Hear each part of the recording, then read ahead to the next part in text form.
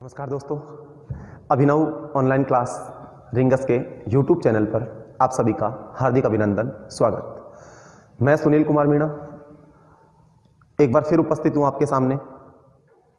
भारतीय राज्य व्यवस्था के विभिन्न आयामों को लेकर हम चर्चा कर रहे थे और हमारी चर्चा चल रही थी मौलिक अधिकारों को लेकर। दोस्तों, मौलिक अधिकारों को लेकर हमने लास्ट वीडियो में अनुच्छेद 12 के संबंध में चर्चा की और आज जो आर्टिकल मैं लेकर आया हूं जिस पे मैं चर्चा करना चाहता हूं, अनुच्छेद 13। देखिए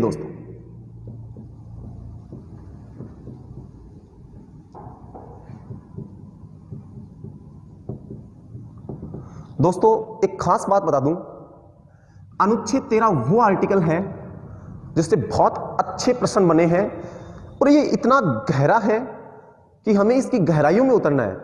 अनुच्छेद 13 हमने पढ़ा है आज तक काफी बार कि मौलिक अधिकारों का अल्पीकरण करने वाली विधियां, बस इतना देखा। मौलिक अधिकारों के असंगत या अल्पीकरण करने वाली विधियां, इतना पढ़ा है हमने, काफी बार पढ़ा है और हो सकता है आपने काफी बार इसको डिटेल में पढ़ा भी होगा। लेकिन आज मैं आपको इस अनुच्छेद 13 की गहराइयों से रूबरू करवाना चाहता हूं और अनुच्छेद 13 से कैसे कैसे प्रश्न हो सकते हैं, कैसे कैसे क्वेश्चन बन सकते हैं, एग्जामिनर कैसे कैसे क्वेश्चन क्रिएट कर सकता है, उन सब आयामों को छूने की कोशिश करूंगा मैं आपके साथ। तो जुड़िए दोस्तों मेरे साथ अनुच्छेद 13 को लेकर। देखिए अनुच्छेद 13,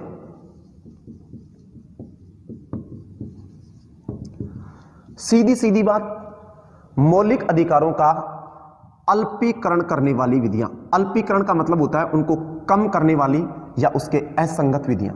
देखिए दोस्तों, मौलिक अधिकारों का अल्पीकरण करने वाली या उनके असंगत विधियां कौन से अनुच्छेद में? अनुच्छेद 13।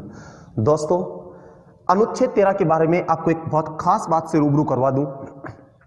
अगर आपको एक प्रश्न पूछा जाए, सिंपली व्यवहारिक क्वेश्चन, ऐसा आपको लिखा हुआ नहीं मिलेगा कहीं, एक व्यवहारिक क्वेश्चन बन सकता है यहां से कि भारतीय संविधान का सबसे महत्वपूर्ण अनुच्छेद कौन सा है। दोस्तों गौर कीजिएगा मेरी बात पे, भारतीय संविधान का सबसे महत्वपूर्ण अनुच्छेद कौन सा है? कौन सा है दोस्तों? आपका आंसर होगा अनुच्छेद 13। अब आप मेरे से ये कहेंगे कि सर कैसे मान लिया जाए अनुच्छेद 13 सबसे महत्वपूर्ण अनुच्छेद है?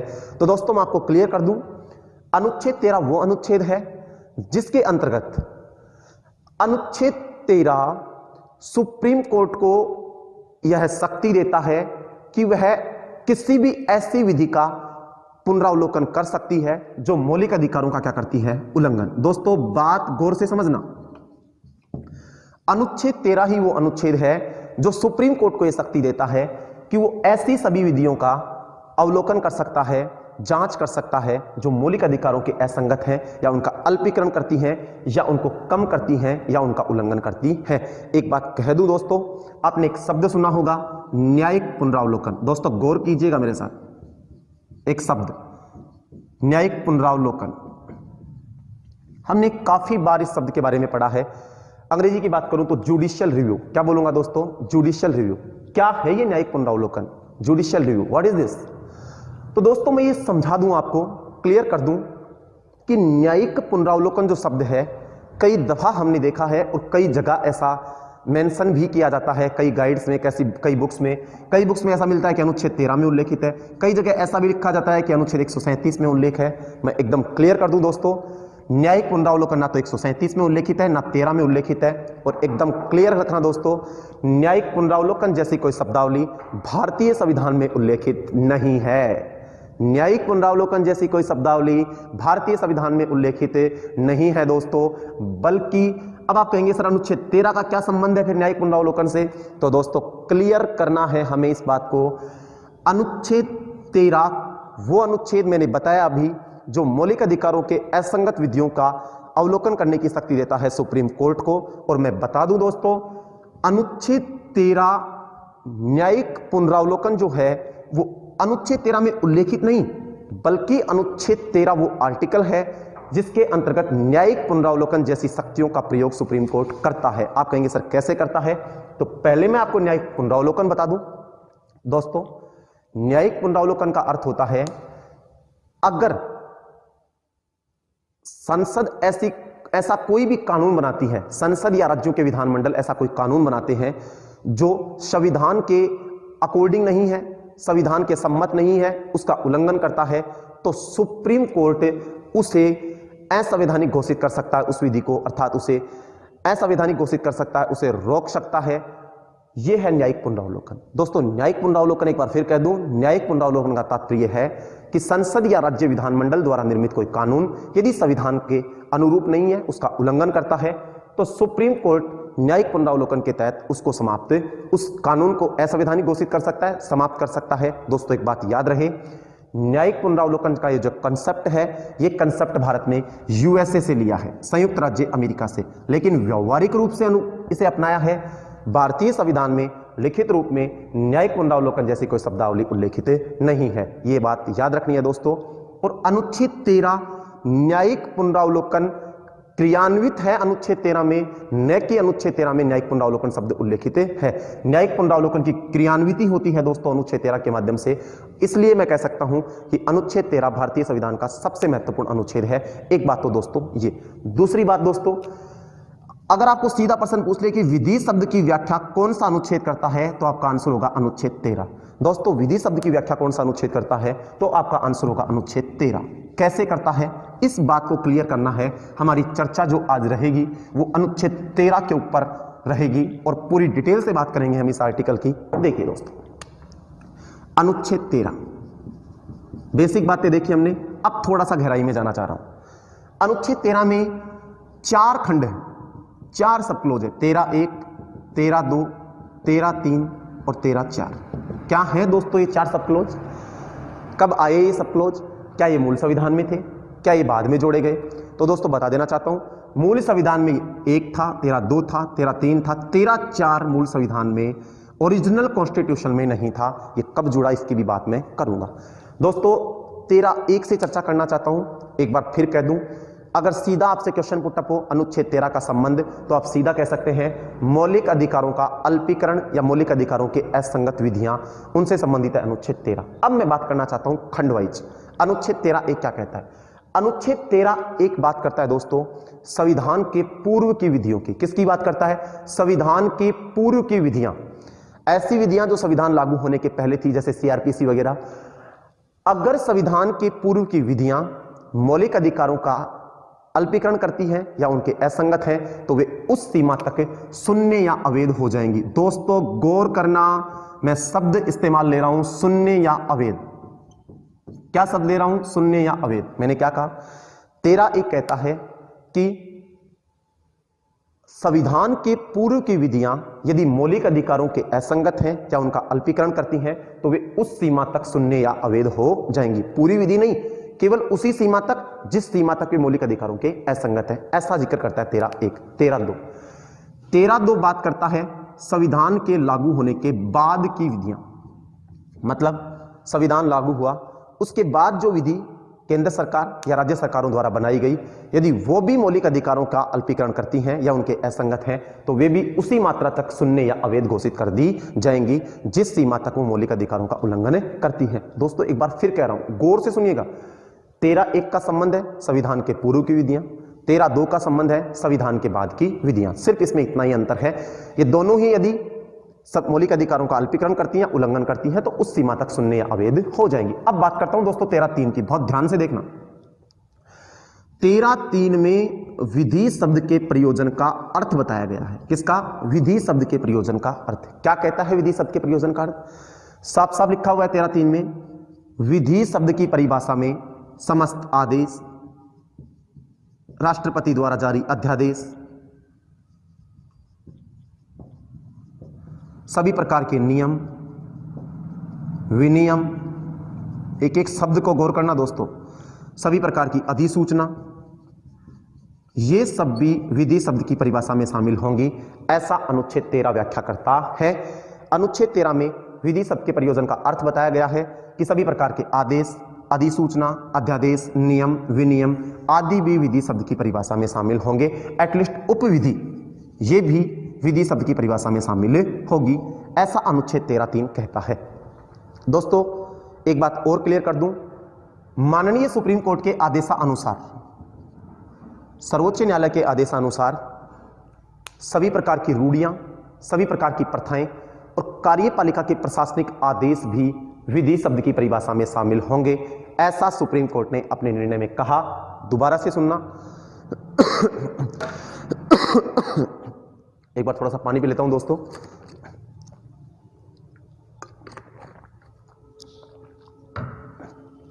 देखिए अनुच्छेद 13(3), अनुच्छेद 13(3) विधि शब्द के प्रयोजन का अर्थ बताता है और कहता है सभी प्रकार के आदेश, अध्यादेश, नियम, विनियम, उपविधि, अधिसूचना आदि विधि शब्द की परिभाषा में शामिल होंगे और सुप्रीम कोर्ट के निर्णय अनुसार या आदेशानुसार सभी प्रकार की प्रथाएं, सभी प्रकार की रूढ़ियां और सभी प्रकार के कार्यपालिका के प्रशासनिक आदेश भी विधि शब्द की परिभाषा में शामिल होंगे। लेकिन दोस्तों एक चीज बिल्कुल क्लियर कर देना चाहता हूं, व्यक्तिगत विधि अनुच्छेद 13 के अंतर्गत विधि शब्द की परिभाषा में सम्मिलित नहीं होगी। गौर कीजिएगा दोस्तों। व्यक्तिगत विधि, मैं क्या कह रहा हूं दोस्तों, व्यक्तिगत विधि अनुच्छेद 13(3) के अंतर्गत विधि शब्द के अर्थ में सम्मिलित नहीं होगी। ये बातें हैं 13(3) तक। अब दोस्तों मैं 13(4) की बात करूं तो दोस्तों 13(4) जोड़ा गया था 24वें संविधान संशोधन अधिनियम 1971 के तहत। कब जोड़ा गया दोस्तों? 24वें संविधान संशोधन अधिनियम 1971 के तहत। गौर करना दोस्तों, 24वें संविधान संशोधन अधिनियम 1971 के तहत अनुच्छेद 13 में सब क्लोज 13(4) या खंड 4 जोड़ा गया। और क्या व्यवस्था की गई जरा सुनना। 13(4) जोड़ के व्यवस्था की गई कि अनुच्छेद 368 के तहत जो संविधान संशोधन किए जाते हैं, आप अच्छे से जानते हैं दोस्तों, क्या जानते हैं कि अनुच्छेद 368 संविधान संशोधन की प्रक्रिया को बताता है और संविधान संशोधन की प्रक्रिया भारत में दक्षिण अफ्रीका के संविधान से ली गई है। और अनुच्छेद 368 की प्रक्रिया के तहत दोस्तों एक सिंपल सा क्वेश्चन बता रहा हूं, गौर कीजिएगा। प्रश्न काफी सिंपल है दिखने में, लेकिन गहराई बहुत अच्छी है इसमें।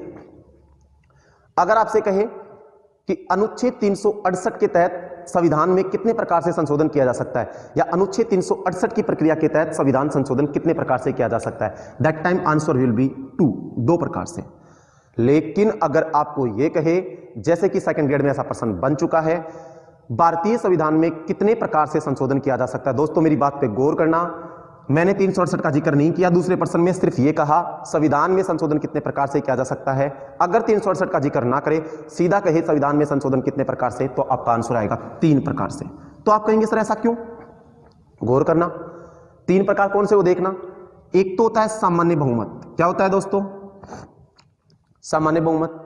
एक होता है दोस्तों विशेष बहुमत। मैं बताऊंगा आपको अलग से, जब मैं संविधान संशोधन की प्रक्रिया पढ़ाऊंगा तो मैं आपको यह भी बताऊंगा सामान्य बहुमत क्या होता है, विशेष बहुमत क्या होता है, सबकी चर्चा करूंगा डिटेल से। सामान्य बहुमत, विशेष बहुमत, और तीसरा होता है दोस्तों विशेष बहुमत प्लस आधे राज्यों के विधान मंडलों की स्वीकृति। गौर करना दोस्तों मेरी बात पे, मैंने क्या बोला है? विशेष बहुमत प्लस आधे राज्यों के विधानसभाओं की नहीं, विधान मंडल सब प्रयोग में लिया है। एक एक शब्द को गौर करना है। विधान मंडल का मतलब हो गया राज्यों में विधानसभा, विधान परिषद और राज्यपाल, ये तीनों से मिलकर क्या बनता है? विधान मंडल। या विधानसभा शब्द नहीं लेना, विधान मंडल शब्द लेना, देखिएगा। और एक यहां गौर करने लायक बात है, कई दफा आपने गाइड्स में देखा होगा कि आधे से अधिक राज्यों के विधानमंडलों की स्वीकृति। जी नहीं दोस्तों, केवल संविधान में यह लिखा हुआ है आधे राज्यों के विधानमंडलों की स्वीकृति, न कि आधे से अधिक राज्यों के विधानमंडलों की स्वीकृति। बिल्कुल क्लियर रखना है, एक बार फिर क्लियर कर देता हूं। सामान्य बहुमत, विशेष बहुमत, तीसरा, पहला सामान्य बहुमत, दूसरा विशेष बहुमत, तीसरा विशेष बहुमत प्लस आधे राज्यों के विधानमंडलों की स्वीकृति। ये 3 प्रकार से संशोधन होता है। लेकिन ये सामान्य बहुमत से जो संशोधन होते हैं वो अनुच्छेद 368 की प्रक्रिया के तहत शामिल नहीं होते दोस्तों। इसलिए याद रखना है, अगर प्रश्न बने भारतीय संविधान में संशोधन कितने प्रकार से किया जा सकता है, आपका आंसर आएगा 3। लेकिन अगर जिक्र अनुच्छेद 368 का करे कि अनुच्छेद 368 की प्रक्रिया के तहत संविधान संशोधन कितने प्रकार से, that time answer will be 2 प्रकार से। तो मैंने साफ कह दिया, सामान्य बहुमत से जो संशोधन होते हैं वो अनुच्छेद 368 की प्रक्रिया के तहत शामिल नहीं होते दोस्तों। 368 की प्रक्रिया के तहत संशोधन 2 होते हैं, विशेष बहुमत और विशेष बहुमत प्लस आधे राज्यों के विधानमंडलों की स्वीकृति। एक और चीज याद रखनी है, ये आधे राज्यों के विधानमंडलों की स्वीकृति है, न कि आधे से अधिक। क्लियर है दोस्तों? चलते हैं आगे। देखिए, ये था अनुच्छेद 13 बात करता हूं 13(4), बात बीच में ही रह गई। 13(4) में क्या है, तो क्या कहता है 13(4)? अनुच्छेद 13(4) ये कहता है कि जो अनुच्छेद 368 के तहत संविधान संशोधन किए जाएंगे वो अनुच्छेद 13(2) के तहत विधि शब्द की परिभाषा में सम्मिलित नहीं होंगे। कहने का मतलब यह है कि संविधान संशोधनों की न्यायपालिका अवलोकन नहीं कर सकती, न्यायपालिका उनका, या न्यायपालिका उनकी जांच नहीं कर सकती। अर्थात 368 के तहत किए गए संशोधन विधि शब्द की परिभाषा के दायरे से बाहर होंगे और न्यायपालिका उनका अवलोकन नहीं कर सकती। ऐसा अनुच्छेद 13(4) जोड़कर प्रावधान किया गया। अब दोस्तों बात करना चाहता हूं कई सारे मामले आए सुप्रीम कोर्ट में और किस चीज को लेकर आए, सुनना गौर करना। अनुच्छेद 13(4) जो ये है और अनुच्छेद 13 है, मूल रूप से इनका अनुच्छेद 368 से क्या संबंध है। अर्थात ये जो 13(4) के तहत विधियां होंगी जो लाई जाएंगी संशोधन करके, क्या उनकी न्यायपालिका समीक्षा करे या ना करे, इसको लेकर सुप्रीम कोर्ट में अनेक मामले लाए गए और सुप्रीम कोर्ट ने इन मामलों में अनेक निर्णय दिए। उन मामलों के ऊपर मैं आपका ध्यान ले जाना चाह रहा हूं, गौर करना। पहला मामला था शंकरी प्रसाद। ये शंकरी प्रसाद का मामला था भारत सरकार के साथ, तो मैं कह सकता हूं शंकरी प्रसाद वर्सेज संघ सरकार या संघ। कब का मामला था? ये 1951 के आसपास का मामला है। क्या कहा सुप्रीम कोर्ट ने? शंकरी प्रसाद 1951 के मामले में सुप्रीम कोर्ट ने कहा, इस बात को मान लिया कि जो अनुच्छेद 368 के तहत संविधान संशोधन किए जाएंगे, किसके तहत? अनुच्छेद 368 के तहत जो संविधान संशोधन किए जाएंगे वो अनुच्छेद 13(2) के तहत विधि शब्द की परिभाषा में शामिल नहीं होंगे। क्या नहीं होंगे दोस्तों? शामिल नहीं होंगे। अर्थात सीधी सी बात, ज्यादा टिपिकल नहीं बनाना है, बात को आराम से समझना है, इजी लेना है। शंकरी प्रसाद के मामले में सुप्रीम कोर्ट ने यह कहा कि अनुच्छेद 368 के तहत जो संशोधन किए जाएंगे, अर्थात अनुच्छेद 368 के तहत जो संशोधन करके विधियां पारित की जाएंगी वह विधियां 13(2) के तहत विधि शब्द की परिभाषा में शामिल नहीं होंगी। यह कह दिया सुप्रीम कोर्ट ने। आगे देखिए दोस्तों, दूसरा मामला आया सज्जन सिंह। बेहद फेमस मामला है। सज्जन सिंह का मामला था राजस्थान राज्य का, संगत सज्जन सिंह वर्सेज राजस्थान राज्य। यह मामला 1965 के आसपास का है। कब का है दोस्तों? 1965 का। कुछ भी देखने की आवश्यकता नहीं है, सिर्फ एक ही बात ध्यान रखना, सज्जन सिंह के मामले में शंकरी प्रसाद के मामले को, निर्णय को ही रिपीट किया गया। जो निर्णय शंकरी प्रसाद के मामले में दिया था कि अनुच्छेद 368 के तहत पारित विधियां 13(2) के तहत विधि शब्द की परिभाषा में शामिल नहीं होंगी, इसी निर्णय को सज्जन सिंह के मामले में भी रिपीट कर दिया गया। ये दोनों मामलों में सेम निर्णय आया। अगला मामला लेता हूं दोस्तों,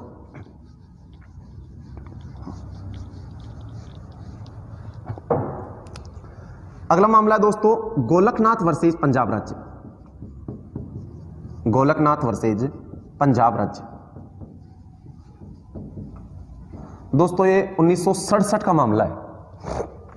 क्या था गोलकनाथ वर्सेज पंजाब राज्य? गौर कीजिएगा मेरी बात पे। गोलकनाथ वर्सेज पंजाब राज्य का जो मामला था वो ये था दोस्तों कि एक बार पानी पी लेता हूं दोस्तों।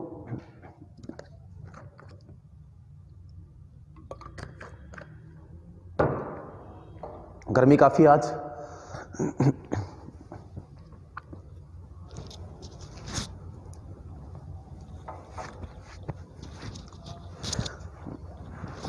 दोस्तों ये अनुच्छेद 13 का काफी लाभदायी साबित होगा आपके लिए कंपटीशन एग्जाम में। इसकी डिटेल समझनी है अपने को।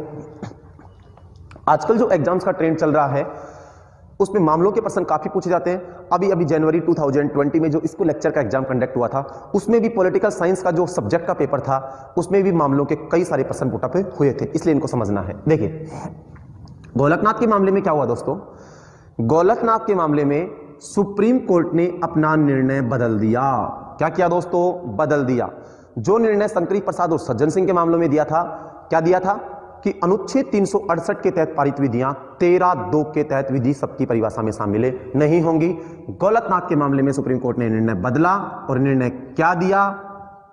और साफ साफ ये कह दिया कि जो सब कुछ है वो विधि शब्द के अंतर्गत है, विधि के बाहर कुछ भी नहीं है, फिर चाहे वो 368 के तहत पारित विधियां ही क्यों ना हो। अर्थात अनुच्छेद 368 के तहत पारित विधियां भी विधि शब्द के दायरे में होंगी। ऐसा निर्णय सुप्रीम कोर्ट ने गोलकनाथ वर्सेस पंजाब राज्य के मामले में दिया। दोबारा सुनना दोस्तों, एक बार फिर रिपीट कर रहा हूं, बात थोड़ी सी गहराई लिए हुई है। शंकरी प्रसाद और सज्जन सिंह के मामले में क्या कहा कि अनुच्छेद 368 के तहत पारित विधियां विधि शब्द के अनुच्छेद 13(2) जो है उसके अंतर्गत विधि शब्द की परिभाषा में शामिल नहीं होंगी। लेकिन गोलकनाथ के मामले में फैसला बदला। सुप्रीम कोर्ट ने क्या कहा कि जो कुछ भी है वो विधि शब्द के दायरे में है, विधि के अंतर्गत है, फिर चाहे अनुच्छेद 368 के तहत पारित विधियां ही क्यों ना हो, सब कुछ विधि के अंतर्गत है, कुछ भी विधि के बाहर नहीं है। ऐसा सुप्रीम कोर्ट ने किया। दोस्तों आपने एक चीज नोट की कि सुप्रीम कोर्ट अपना निर्णय बदल रहा है। क्या कर रहा है? बदल रहा है। आपके जहन में एक प्रश्न आएगा और प्रश्न बन भी चुका है। 2016 स्कूल लेक्चर के एग्जाम में पॉलिटिकल साइंस सब्जेक्ट के पेपर में एक प्रश्न बना था, सुप्रीम कोर्ट द्वारा दिए गए निर्णय को कौन बदल सकता है? तो आपका आंसर होगा दोस्तों सीधा, सुप्रीम कोर्ट द्वारा दिए गए निर्णय को दोस्तों कोई नहीं, सिर्फ स्वयं सुप्रीम कोर्ट बदल सकता है। दोबारा समझना दोस्तों, प्रश्न क्या था? Supreme court. प्रश्न क्यों बना? यहां एक बात देखी अपन ने कि सुप्रीम कोर्ट अपना निर्णय बदल रहा है, तो हमारे जहन में प्रश्न बना कि क्या सर सुप्रीम कोर्ट ऐसा कर सकता है? जी हां, सुप्रीम कोर्ट द्वारा दिए गए निर्णय को कौन बदल सकता है? स्वयं सुप्रीम कोर्ट बदल सकता है। बोले सर कैसे? क्या ऐसा संविधान में लिखा हुआ है? जी हां, एक अनुच्छेद है सुप्रीम कोर्ट से संबंधित 137 जो बात करता है इसकी कि सुप्रीम कोर्ट अपने द्वारा दिए गए निर्णयों की आगे चलकर समीक्षा कर सकता है, उनका अवलोकन कर सकता है। ऐसा अनुच्छेद 137 में उल्लेखित है। तो दोस्तों प्रश्न बने, सुप्रीम कोर्ट द्वारा दिए गए निर्णयों को कौन बदल सकता है? तो हमारा आंसर आएगा स्वयं सुप्रीम कोर्ट। दोस्तों क्लियर रखना, राष्ट्रपति जैसा आंसर मत दे देना। अक्सर बच्चे अनुच्छेद 72 उनके जहन में रहता है, राष्ट्रपति की समाधान की शक्ति, और बच्चे सीधे इसको यहीं से जोड़ते हैं कि सुप्रीम कोर्ट के निर्णय को राष्ट्रपति बदलते हैं। जी नहीं, ये राष्ट्रपति की एक संवैधानिक शक्ति है, ये राष्ट्रपति की एक न्यायिक शक्ति है अनुच्छेद 72, न कि राष्ट्रपति सुप्रीम कोर्ट द्वारा दिए गए निर्णय को बदलता है। आपको यह क्लियर करना है कि सुप्रीम कोर्ट द्वारा दिए गए निर्णय को केवल कौन बदल सकता है? स्वयं सुप्रीम कोर्ट। दोस्तों क्लियर है, यह था गोलकनाथ का मामला। एक बार फिर कह दूं, गोलकनाथ के मामले में सुप्रीम कोर्ट ने कहा सीधा सा प्रश्न बन सकता है, जो कुछ है वो विधि के अंतर्गत है, फिर चाहे अनुच्छेद 368 के तहत पारित विधि ही क्यों ना हो। ऐसा किस मामले में? तो गोलकनाथ मामले में। आगे चलिए दोस्तों, फिर मैंने बताया आपको, आगे चलकर 24वां संविधान संशोधन हुआ 1971 में, जिसके तहत मैंने बताया आपको क्या जोड़ा गया, अनुच्छेद 13(4) जोड़ा गया। और 13(4) जोड़कर क्या प्रावधान किया गया? तो मैंने बता दिया, 13(4) जोड़कर जो गोलकनाथ का निर्णय आया था उसके प्रभाव को बदलने के लिए संसद ने एक कानून पारित किया और कह दिया कि अनुच्छेद 368 के तहत पारित विधियां 13(2) के तहत विधि शब्द की परिभाषा में शामिल नहीं होंगी। ऐसा चेंज कर दिया संविधान में, संसद के द्वारा ऐसा संशोधन कर दिया गया। आगे एक मामला आया, इसके बाद केशवानंद भारती मामला बेहद इंपॉर्टेंट है। कल मैंने चर्चा की, जो 4-5 रोज पहले अपना प्रस्तावना का वीडियो था, उसमें केशवानंद भारती का मामला था, उसमें हमने चर्चा की थी केशवानंद भारती वर्सेज केरल राज्य का मामला 1973 का। ये केशवानंद भारती मामले में सुप्रीम कोर्ट ने एक बार फिर जो ये अनुच्छेद 13(4) पारित किया था संसद ने, इस अनुच्छेद 13(4) को वैध मान लिया। कौन से मामले में? केशवानंद भारती मामले में। देखिए दोस्तों, बात को समझना, गोलकनाथ मामले में क्या कर रहा है सुप्रीम कोर्ट? बोले सब कुछ विधि के अंतर्गत है, विधि के बाहर कुछ नहीं है। जैसे ही गोलकनाथ के बाद अनुच्छेद 13(4) जोड़कर यह कहा गया कि अनुच्छेद 368 के तहत पारित विधियां अनुच्छेद 13(2) के तहत विधि शब्द की परिभाषा से बाहर होंगी, अर्थात उसमें सम्मिलित नहीं होंगी, तो सुप्रीम कोर्ट ने अपने अगले ही मामले में केशवानंद भारती वर्सेज केरल राज्य में, इस मामले में SM सीकरी साहब हुआ करते थे सुप्रीम कोर्ट के चीफ जस्टिस, 13 जजों की खंडपीठ बैठी थी और 7-6 के बहुमत से फैसला आया था। अब तक का सबसे बड़ा संवैधानिक खंडपीठ है ये केशवानंद भारती मामले पर बैठी थी, जो सुप्रीम कोर्ट की सबसे बड़ी खंडपीठ है संवैधानिक। मैंने प्रस्तावना में चर्चा भी की थी। दोस्तों केशवानंद भारती मामले में सुप्रीम कोर्ट ने एक बार फिर अनुच्छेद 13(4) को वैध माना और यह स्वीकार किया कि अनुच्छेद 368 के तहत पारित विधियां अनुच्छेद 13(2) के तहत विधि शब्द की परिभाषा में शामिल नहीं होंगी, अर्थात शंकरी प्रसाद और सज्जन सिंह का निर्णय एक बार फिर से प्रभावी हो गया। इज दैट क्लियर दोस्तों? फिर से रिपीट कर रहा हूं, क्लियरली सुनना। शंकरी प्रसाद में क्या कह रहा है कि अनुच्छेद 368 के तहत पारित विधियां 13(2) के तहत विधि सब की परिभाषा में शामिल नहीं होंगी। सज्जन सिंह में भी सेम बात, गोलकनाथ में बात बदल दी कि जो बोले जी नहीं, चाहे 368 वोट चाहे कोई हो, सब विधि के अंतर्गत है, विधि के बाद कुछ नहीं है, आप ऐसे याद रख लीजिए।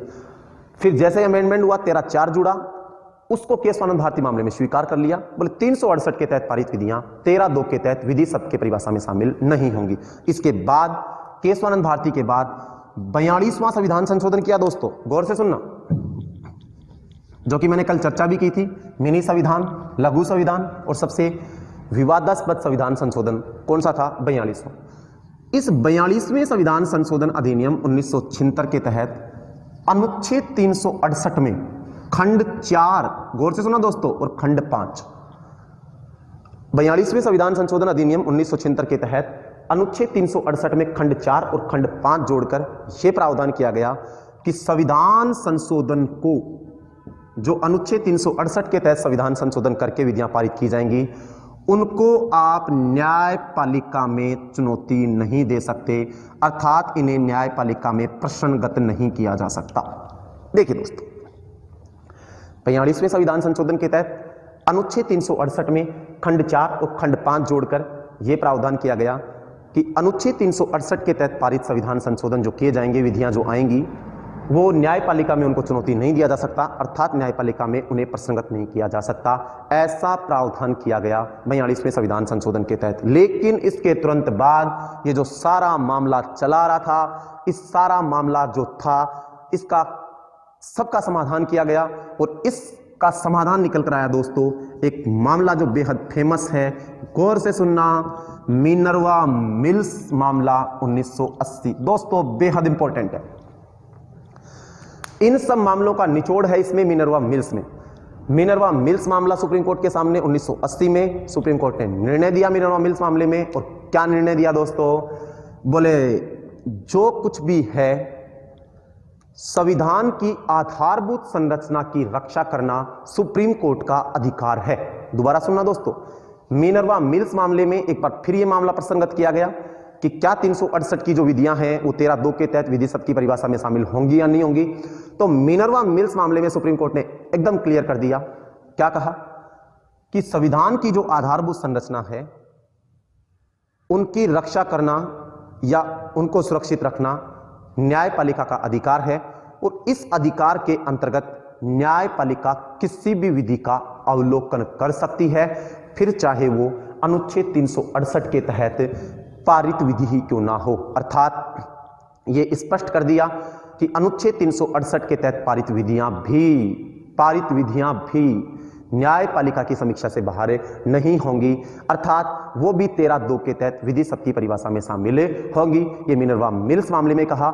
निचोड़ रूप में मैं ये कह सकता हूं कि मिनर्वा मिल्स मामला इस संबंध में मील का पत्थर है कि अनुच्छेद 368 के तहत पारित विधियां अनुच्छेद 13(2) के तहत विधि की परिभाषा में शामिल होंगी या नहीं होंगी। तो इस संबंध में मील का पत्थर है कौन सा दोस्तों? मिनर्वा मिल्स मामला, कि जी हां, जो भी है संविधान की आधारभूत संरचना की रक्षा करना सुप्रीम कोर्ट का अधिकार है और इस अधिकार की रक्षा हेतु इस अधिकार के अंतर्गत सुप्रीम कोर्ट किसी भी विधि का अवलोकन कर सकता है, फिर चाहे वो विधि अनुच्छेद 368 के तहत पारित विधि क्यों ना हो। दोस्तों ये था अनुच्छेद 13(4). अब मैं बात करना चाहता हूं दोस्तों अनुच्छेद 13(4) के बाद इस अनुच्छेद 13 से जुड़े हुए 3 सिद्धांत हैं दोस्तों। थोड़ा सा मैं इन तीनों सिद्धांतों की भी चर्चा कर लेना चाहता हूं, जरा देखना दोस्तों, गौर कीजिएगा। वो 3 सिद्धांत कौन से हैं? एक सिद्धांत का नाम है आच्छादन का सिद्धांत, एक सिद्धांत का नाम है पृथक्करणीयता का सिद्धांत, एक सिद्धांत का नाम है अधित्याग का सिद्धांत। दोस्तों शॉर्ट में देखना इनको, ज्यादा लंबी चौड़ी कहानी नहीं है इनकी, बिल्कुल सीधे से है, सिर्फ इजीली देखना। देखिए आच्छादन के सिद्धांत को अंग्रेजी में कहते हैं डॉक्ट्रिन ऑफ एक्लिप्स। क्या कहते हैं दोस्तों? Doctrine of eclipse. पृथक्करणीयता का सिद्धांत को कहते हैं डॉक्ट्रिन ऑफ सेवरेबिलिटी, अंग्रेजी भी याद रखना दोस्तों, डॉक्ट्रिन ऑफ सेवरेबिलिटी। और अधित्याग के सिद्धांत को कहते हैं दोस्तों डॉक्ट्रिन ऑफ वेवर। क्या कहते हैं दोस्तों? Doctrine of waiver. ठीक है दोस्तों, आच्छादन का सिद्धांत, पृथक्करणीयता का सिद्धांत, अधित्याग का सिद्धांत। 1 मिनट में हम इन तीनों को क्लियर करते हैं, सिंपल सा मैटर है। आच्छादन का सिद्धांत ये कहता है, पहली बात तो ये आच्छादन के सिद्धांत का संबंध है अनुच्छेद 13(1) से। अर्थात संविधान के पूर्व की विधियों से। मैंने पहले ही कहा 13(1) का संबंध संविधान के पूर्व की विधियों से है। आच्छादन का सिद्धांत यह कहता है कि संविधान के पूर्व की जो विधियां जो मौलिक अधिकारों के असंगत थी, वो मौलिक अधिकारों का असंगत होने के कारण समाप्त नहीं होंगी, बल्कि उस सीमा तक आच्छादित हो कुछ समय के लिए आच्छादित हो जाएंगी, अर्थात वो ढक जाएंगी। और जब मान लीजिए आगे चलकर मौलिक अधिकारों में कोई संशोधन हुआ और वो विधि मौलिक अधिकारों के असंगत ना हो, तो वो फिर से सक्रिय हो जाएगी। मीन टू से मौलिक अधिकारों के असंगत जो संविधान की पूर्व की विधियां हैं वो समाप्त नहीं होंगी, बल्कि वो कुछ समय तक के लिए ढक जाती हैं, अर्थात आच्छादित हो जाती हैं। और जैसे ही वो मौलिक अधिकारों के असंगत ना हो, आगे चलकर मान लीजिए मौलिक अधिकारों में कोई चेंज हो जाए और फिर वो विधि असंगत ना हो, तो फिर वापस वो विधि सक्रिय हो जाएगी। ये कहता है डॉक्ट्रिन ऑफ एक्लिप्स आच्छादन का सिद्धांत। 13(1) से संबंधित है। सीधा प्रश्न आ सकता है, अनुच्छेद 13(1) से संबंधित कौन सा सिद्धांत है? आच्छादन का सिद्धांत, डॉक्ट्रिन ऑफ एक्लिप्स। आगे पृथक्करणीयता का सिद्धांत, डॉक्ट्रिन ऑफ सेवरेबिलिटी। इसका संबंध है दोस्तों अनुच्छेद 13(2) संविधान के बाद की विधियां। क्या कहता है दोस्तों? अनुच्छेद 13(2) के तहत यह प्रावधान किया गया कि संविधान के बाद की जो विधियां हैं जो बनाई जाएंगी संसद द्वारा एवं राज्य विधानमंडलों द्वारा, वो यदि मौलिक अधिकारों के असंगत है तो वो भी क्या हो जाती हैं? शून्य। पृथक्करणीयता का सिद्धांत ये कहता है कि यदि कोई प्रावधान मौलिक अधिकारों के असंगत है या उसका अल्पीकरण करता है संविधान के लागू होने के बाद का कोई विधि, तो वो पूरी की पूरी विधि असंवैधानिक नहीं होगी, बल्कि उस विधि में जो प्रावधान मौलिक अधिकारों के असंगत हैं उन प्रावधानों को से क्या कर दिया जाएगा? पृथक कर दिया जाएगा। दोस्तों गौर करना, दोबारा समझना कि संविधान के बाद की जो विधियां बनी, मान लीजिए कोई विधि मौलिक अधिकारों के असंगत है, तो पूरी की पूरी विधि असंवैधानिक नहीं होगी। उस विधि के जो प्रावधान मौलिक अधिकारों के असंगत हैं, केवल वो प्रावधान उससे अलग कर दिए जाएंगे, पूरी विधि असंवैधानिक घोषित नहीं की जाएगी। बात करते हैं दोस्तों आगे अधित्याग का सिद्धांत। अधित्याग का सिद्धांत दोस्तों बेहद इंपॉर्टेंट है। मैं आपको एक क्वेश्चन बता दूं, आपको सीधा प्रश्न पूछ सकता है एग्जामिनर कि क्या कोई नागरिक मौलिक अधिकारों का त्याग कर सकता है भारत का? तो जी नहीं, कोई भी व्यक्ति, कोई भी नागरिक शब्द लूंगा दोस्तों मैं, कोई भी नागरिक स्वेच्छा से मौलिक अधिकारों का त्याग नहीं कर सकता। बोले क्यों नहीं कर सकता? तो यह सिद्धांत है अधित्याग का, डॉक्ट्रिन ऑफ फेवर। बोले क्यों?